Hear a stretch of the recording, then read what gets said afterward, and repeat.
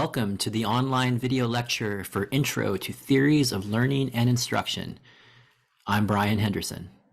I want to make it as much as I can like the in-person version of the class that I give at ASU. So if you were a student in the in-person version, there would be these various different activities that would be designed to try to get students talking with each other about various topics. So in the online environment, since we're not meeting synchronously, I'm going to be trying to have the same discussion topics as we hold in class, also amongst the students taking the online version of the course. But the big difference is Yellow Dig. And so please refer to the online course page for information that we provided about how to take part in Yellow Dig discussions.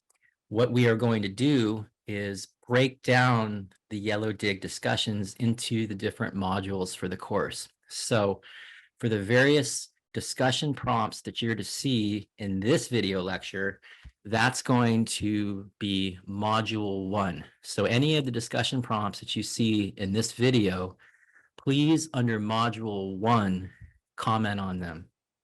And so the first one, and again, this is what I would ask students in the in-person version, is to think about, in your own words, how would you define learning? This is going to be at the heart of this course. What is learning to you? And so we've all had experience in various different learning environments. And so my assumption is that even if we haven't taken a formal course on learning, we do have ideas about what learning might be, what might be the goals for learning.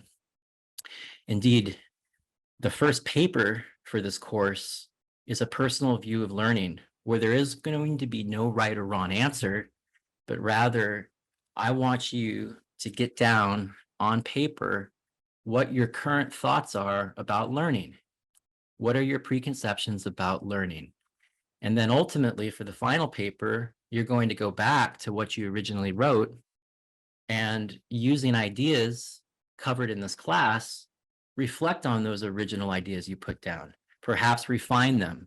Perhaps you have new language, new lenses through which to think about your ideas about learning.